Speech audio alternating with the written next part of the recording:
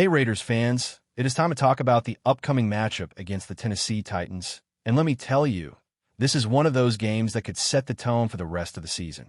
I know a lot of people have been thinking about Week 6 previews, keys to victory, or even trying to figure out if we should care about all the small details. But let's cut through the noise and get right to the heart of it. The Las Vegas Raiders cannot afford another game that looks like chaos inside Allegiant Stadium. We need to establish control, and there are certain things that have to happen for that to become a reality. First and foremost, the running game has to show up. I mean, truly show up. It has been a recurring theme for the Raiders, yet it's still something that often gets overlooked. The Titans have been absolutely struggling against the run this season. They've allowed well over 600 rushing yards, ranking at the very bottom in the league in terms of defending against running backs, and they've given up more than 8 touchdowns on ground. If there was ever a time to take advantage of that, it is now. Ashton Gentry has been productive in recent weeks, averaging over 6 yards per carry, and that doesn't even include what he's doing when he's catching the ball out of the backfield. Running the ball consistently and putting it in his hands is essential. Play action can only work if the ground game is established, and the Raiders have to stop relying on predictable pistol formations on second and long situations. If we can get the run going, the offense will breathe, the quarterback will have more space, and the passing game can start to feel like the weapon it should be. Speaking of the quarterback, Geno Smith needs to take ownership of this game and stop letting turnovers define him. We all know that interceptions can swing momentum in a heartbeat, and against a team like Tennessee, careless mistakes could be catastrophic. Leadership isn't just about running plays. It's about standing tall in the pocket, communicating with teammates, and making sure everyone is on the same page. If Geno can avoid mistakes, we can start putting pressure on the Titans and generate opportunities for takeaways. That turnover battle is critical. Every forced fumble, every interception, every recovered ball adds up, and the Raiders have to be aggressive without being reckless. The Titans' offensive line has struggled this season, allowing nearly 20 sacks, and with the Raiders generating consistent pressure, there's a chance to make the young quarterback uncomfortable and disrupt their rhythm. Red zone efficiency is another glaring issue. The Raiders have struggled mightily inside the 20-yard line, and it's hard to watch such a productive running back get so few opportunities when it matters most. Out of nearly 40 red zone plays this season, Gentry has only been given the ball 9 times. That is unacceptable. It's not just about running the ball. It's about putting the offense in the best position to score touchdowns rather than settling for field goals or missed opportunities. Throwing on every down in the red zone, especially with a quarterback who hasn't been sharp in tight spaces, has been a recipe for frustration. We need to see a commitment to establishing the run and using Gentry where it counts. It's simple football, but for some reason, it keeps being ignored. On the defensive side, the Raiders also have a responsibility to prevent chaos. Patrick Graham and the defensive staff must find a way to generate pressure, force mistakes, and contain the Titans' playmakers. Coverages have to be crisp, adjustments have to be real-time, and the pass rush has to create constant disruption. Tennessee's offensive line has been among the weakest in the league, so the opportunity is there. The Raiders' secondary, even with some recent injuries and losses, must step up and limit big plays. This is not the time to be predictable. Mixed coverages create uncertainty and make the Titans uncomfortable with every snap. If the defense can control the line of scrimmage and the secondary can hold its own, the offense will feel the confidence it needs to execute without worrying about being put in impossible situations. Perhaps the biggest struggle this season has been the Raiders' ability to adjust during the game. First quarter performances have occasionally looked solid, but by the second and third quarters, the team seems to lose momentum. Adjustments aren't just about drawing up new plays. They're about recognizing what the opponent is trying to do and countering it effectively. Both offensively and defensively, the Raiders have struggled to maintain consistency beyond the opening drive. It's one thing to look good at the start, but a true team builds on that, reacts to challenges, and doesn't rely solely on the fourth quarter to dig themselves out. Momentum shifts quickly in the NFL, and if the Raiders cannot adapt in real time, even a team struggling like Tennessee can find opportunities to pull off surprises. The Titans may have a record that doesn't inspire fear on paper, but underestimating them would be a grave mistake. The Raiders have to bring focus, discipline, and execution from the very first snap to the final whistle. Every missed tackle, every misread coverage, and every blown assignment could turn this into a game that spirals out of control. Conversely, if the Raiders execute the fundamentals correctly, running the ball, minimizing turnovers, generating pressure, and making necessary adjustments, the game can tilt heavily in their favor. This is more than just a Week 6 matchup.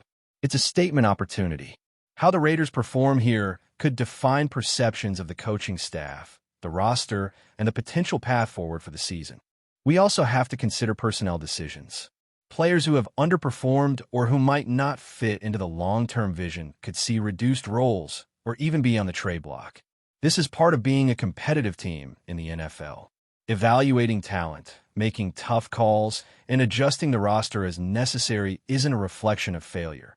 It's a reflection of commitment to building something better. Losing to the Titans would put tremendous pressure on everyone, from coaches to star players, to demonstrate accountability. Every decision made in response to this game will reverberate through the rest of the season. And finally, the Raiders need to set the tone from the opening series. Starting field position, the ability to sustain drives, and executing in the red zone will all be critical. The team cannot rely on flashes of brilliance alone. They need sustained performance, consistency, and a clear plan for every quarter.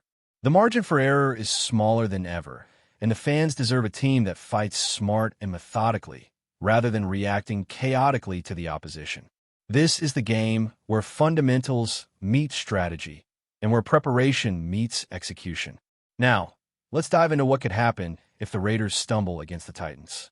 This is not just another loss on the schedule. This is a pivotal moment that could shape the narrative around the team for the rest of the season. If Las Vegas loses this game, suddenly the pressure intensifies across the entire organization. Locker room dynamics become fragile. Fans start questioning the coaching staff, and rumors about personnel changes game momentum.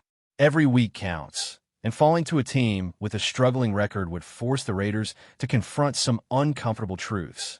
It's about accountability, it's about strategy, and it's about proving that this team can rise above adversity rather than crumble under it. One of the first things to consider is the coaching staff. Chip Kelly, Patrick Graham, Pete Carroll, and the rest of the team's decision-makers have to demonstrate the ability to adjust and respond to challenges. A loss here doesn't automatically mean heads will roll, but the pressure will be undeniable. Fans and analysts alike will start questioning whether certain strategies are effective, whether the team is prepared, and whether the right personnel are being given opportunities to succeed. Coaching in the NFL is a results-driven business, and every misstep compounds the urgency to make changes.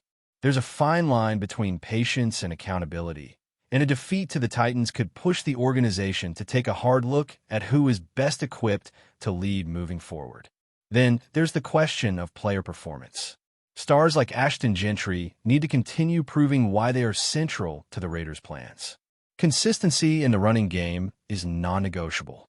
If Gentry can't dominate against one of the league's weaker run defenses, it casts doubt on the team's offensive scheme and raises questions about whether other options need to be prioritized.